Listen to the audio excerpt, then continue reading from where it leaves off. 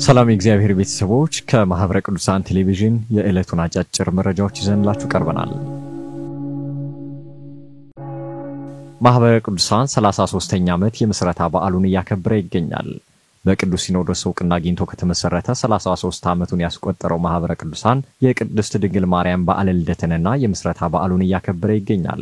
የምስረታ በዓሉ በመላው ዓለም በሚገኙ ማዕከሎቹ እየተከበረ የሚገኝ ሲሆን የቅድስት ቤተክርስቲያን ወቅታዊ ጉዳዮችና የአባላቱን ቃል ኪዳን ማደስ በክብረ በዓሉ ላይ ትኩረት የሚሰጣቸው ጉዳዮች መሆናቸውም ተጠቁመዋል።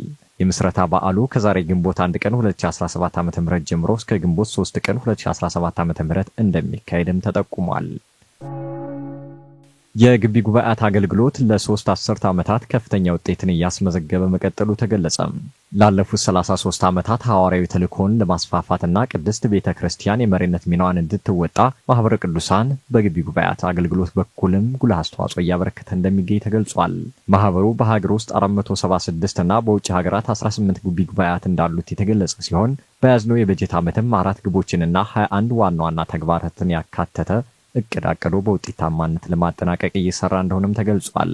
በማህበረ ቅዱሳን የግቢ ጉባኤያት ማስተባበሪያ ስራ አስፈጻሚ አቶ አበበ በዳዳ እንደገለጹት በአጠቃላይ ታቀደው እየተሰሩ ከሚገኙ ስራዎች መካከል ባለፉት 6 ወራት ውስጥ 78% አፈጻጸም መመዝገቡንም ገልጸዋል።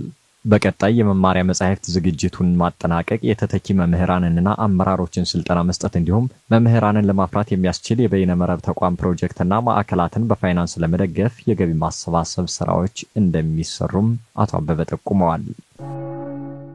በቡግና ወረዳ ለተጎዱ ወገኖች ሕይወት አድን የምግብ እርዳታ ተደረገም።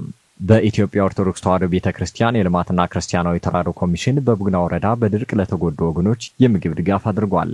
ከተለያዩ ሀገር አቀፍና ዓለም አቀፍ ድርጅቶች ጋር በትብብር እየሰራ የሚገኘው ልማትና ክርስቲያናዊ ተራድኦ ኮሚሽን በወረዳው የሕይወት አድን ድጋፍ ማድረጉ የተገለጸ ሲሆን በቀጣይነትም እንደሚካሄድ ተመላክቷል። ድጋፉ ሴቶችን፣ ሕፃናትን እንዲሁም የአካል ጉዳተኞችንና አረጋውያንን ትኩረት ያደረገ እንደሆነ የተገለጸ ሲሆን በወረዳው የሚገኙ 5 ቀበሌዎችን ለማዳረስ ያለመ መሆኑን ተገልጿል። መረጃው በኢትዮጵያ ኦርቶዶክስ ተዋሕዶ ቤተክርስቲያን የልማትና ክርስቲያናዊ ተራድኦ ኮሚሽን የማህበራዊ ድረገጽ ነው። ለዕለቱ ያዝንላችሁ አጫጭር መረጃዎች የእስካሁኖቹን ይመስሉ ነበር። ሰላም እግዚአብሔር ከሁላችን ጋር ይሁን።